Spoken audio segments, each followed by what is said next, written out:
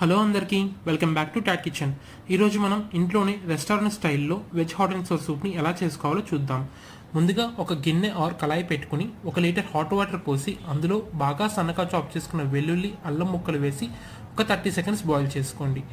ఇప్పుడు ఇందులోకి సన్నగా చాప్ చేసుకున్న క్యాబేజీ, క్యారెట్, ఆనియన్స్, పచ్చిమిర్చి, 1 teaspoon soya sauce, 1 tablespoon green chilli sauce, 1 tablespoon ketchup వేసి ఒకసారి కలిపి ఆ తర్వాత కొన్ని మష్రూమ్ పీసెస్, రుచికి సరిపడా సాల్ట్ వేసి నిమిషం పాటు మరగనివ్వండి.